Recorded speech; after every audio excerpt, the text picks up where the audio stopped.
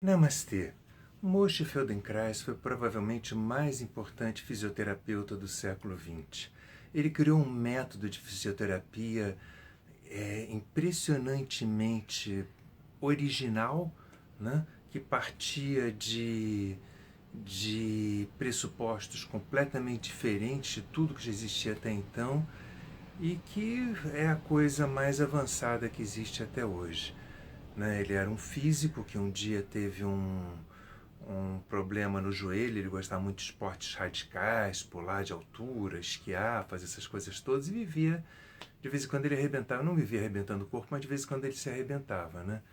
E com isso, um dia o joelho dele, ele já com alguma idade, o joelho dele ficou seriamente danificado, ele foi nos médicos, os médicos examinaram ele, propuseram a ele uma operação, né, mas disseram para ele que eles tinham um grande perigo de é, não voltar a andar. Né? Ele tinha praticamente 50% de chance de andar, 50% de não voltar a andar. E ele se recusou a fazer então a cirurgia de risco, né? E como ele era físico, ele começou a estudar a anatomia o dia inteiro e pensar nas regras de física dentro dele em relação à anatomia e acabou criando o método dele que possibilitou com que ele curasse o próprio joelho e vivesse uma vida digna andando até a morte, com mais, acho que ele morreu com mais de 80 anos, enfim. Um dia perguntaram pro Moshe de onde é que ele tinha tirado aquela ideia, né? Como é que ele tinha chegado às conclusões dos pressupostos do método dele, que possibilitaram ele construir um edifício completamente diferente do que todo o resto que tinha sido construído a partir da lógica comum da fisioterapia. Ele disse, não construí nada não. É como quando você está andando numa rua, numa calçada, e de repente você vê uma, uma pepita de ouro ali no chão, que todo mundo está passando por cima e ninguém para olhar, ninguém está vendo. Eu fui, peguei e usei. Né? Esse é o meu método. Ou seja, eu vi o óbvio. Né? Eu enxerguei o óbvio que estava debaixo do nariz de todo mundo e ninguém queria ver. E realmente o método dele é óbvio. Né? Eu mesmo fiz formação no método dele, é incrivelmente inteligente, incrivelmente óbvio. O chakra do coração, ele te dá exatamente essa capacidade de você enxergar o óbvio. Quando você entra em contato com essa região pura dentro de você, onde você não tem mais o pano de fundo se sobrepondo à imagem real, você consegue enxergar o óbvio que está à frente dos olhos de todo mundo, que ninguém enxerga, porque todo mundo está enxergando o filmezinho que traz dentro de si. Outro dia mesmo eu estava sentado na rua em São Paulo, olhando as pessoas passando de um lado para o outro, de um lado para o outro, de um lado para o outro, e parecia que nenhuma daquelas pessoas estavam ali. Né? Porque uma vinha rindo e você via que ela não estava rindo do que estava acontecendo com ela. A outra vinha preocupada e você via que ela não estava preocupada de nada, por nada que estivesse em volta dela. Todas elas, teve uma que passou chorando, não tinha nada ali para fazer ela chorar. Todas elas estavam vivendo e enxergando alguma coisa que carregavam dentro dela e não a vida óbvia que estava na frente dos seus olhos. Não é?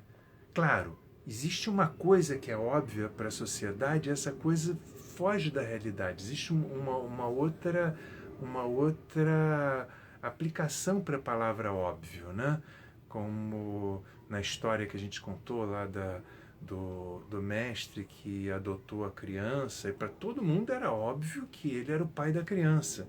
Esses eram todos que estavam como óbvio o pensamento construído, a sua moral construída, a sua ética construída, que imediatamente chegava a uma conclusão óbvia que era fora da realidade. Essa é a obviedade da cabeça.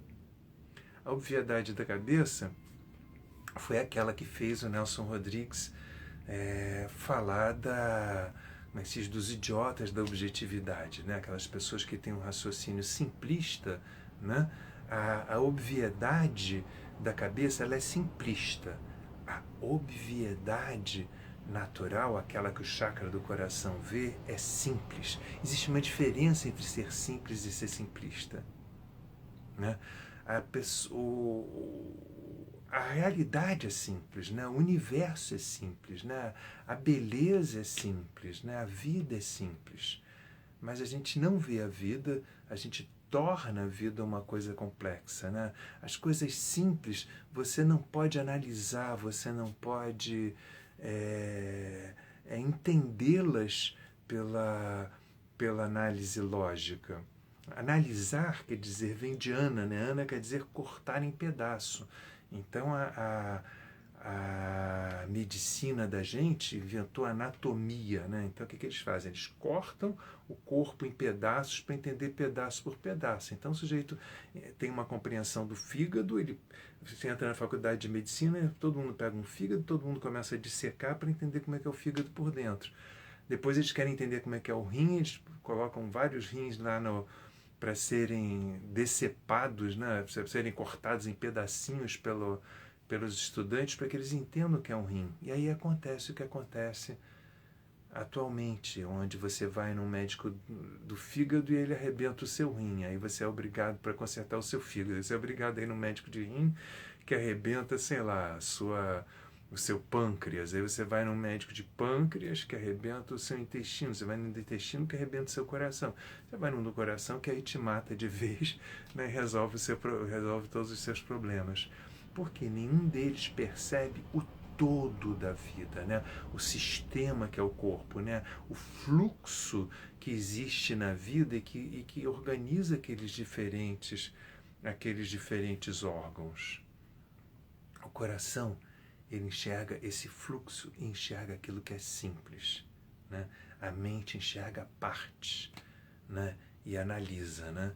Então o coração, ele te leva naturalmente a você, o fundo do chakra do coração te leva naturalmente a perceber a simplicidade e a beleza da vida e com isso começar a optar pelas soluções mais simples, né? Então o coração te faz ver uma solução simples, onde todo mundo está vendo um problema complexo e está estudando de que maneira que pode chegar aquele problema e ninguém chega a essa solução. O coração não. Ele simplesmente olha para a coisa e diz assim, olha, é só pegar ela e fazer isso aqui com ela, né? E aí todo mundo olha para a solução que a pessoa que contactou o fundo do chakra do coração deu e diz assim, meu Deus, isso era tão óbvio, como é que eu não vi?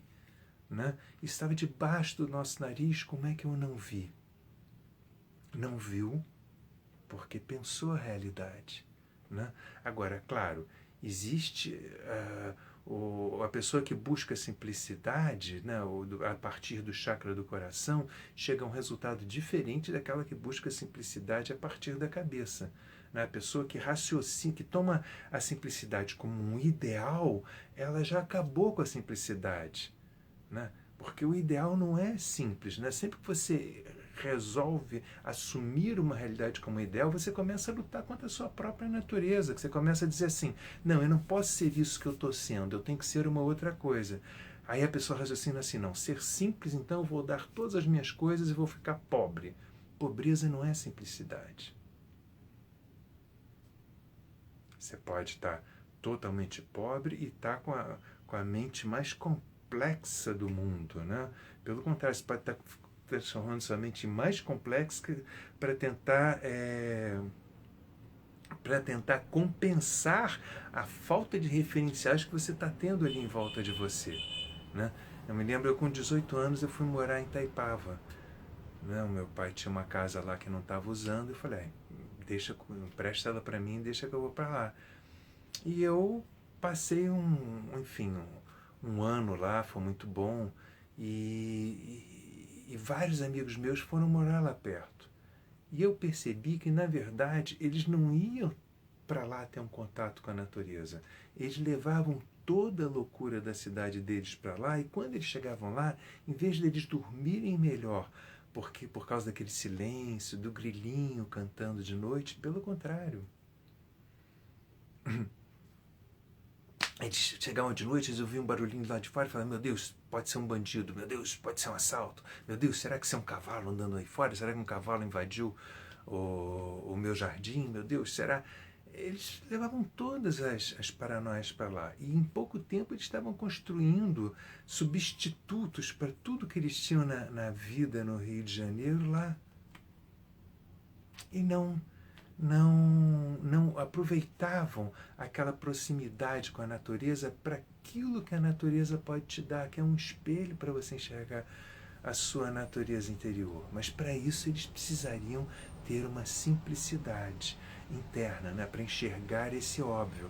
Mas não, eles tinham uma ideologia da vida simples, né?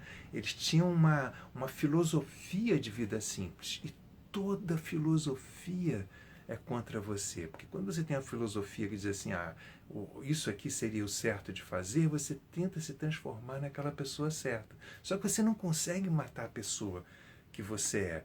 Então você cria uma briga interna, uma guerra interna, uma guerra entre aquilo que você deveria ser e aquilo que a sua mente acha que você deveria ser, né? E aquilo que a sua aspiração interna acha que você deveria ser. E aí, ferrou. O fundo do chakra do coração te leva a harmonizar realidades. E para harmonizar realidades, você entra em contato com com a simplicidade dessa fonte interna intocada que te faz ver com olhos simples o mundo, ou seja, simplesmente ver o que está acontecendo e não mais tentar impor uma realidade a si próprio. Então desconfie sempre que alguém quiser te vender um ideal de como você deve ser. Porque quando você compra um ideal, você está traindo a si próprio. Você está jogando um lixo dentro de você para tampar a coisa mais bela que você tem, que é essa simplicidade do fundo do chakra do coração, essa virgindade, entre aspas, do chakra do coração, que te permite simplesmente enxergar a vida e ser quem você é. Você não precisa ser nada diferente do que você é, né? Você pode exercitar o que vem de dentro para fora. E quando você faz isso, alguma coisa começa a se desenvolver em você. Você começa a crescer como pessoa. Quando você tenta ser uma pessoa que te disseram como é que é uma pessoa grande, seja copiar um Buda, seja copiar um Nietzsche, seja copiar um Einstein, seja copiar qualquer que seja o seu referencial de o que é o ideal de ser uma pessoa, você imediatamente suprime aquilo que queria crescer dentro de você. Você suprime a lei natural do crescimento que está dentro de você para tentar substituir por um crescimento artificial. A mente, ela sempre leva ao artificial, o pensamento. O coração sempre leva ao real. Então é isso, espero que a pílula de hoje tenha sido de inspiração para você. Amanhã nos vemos novamente. Até lá.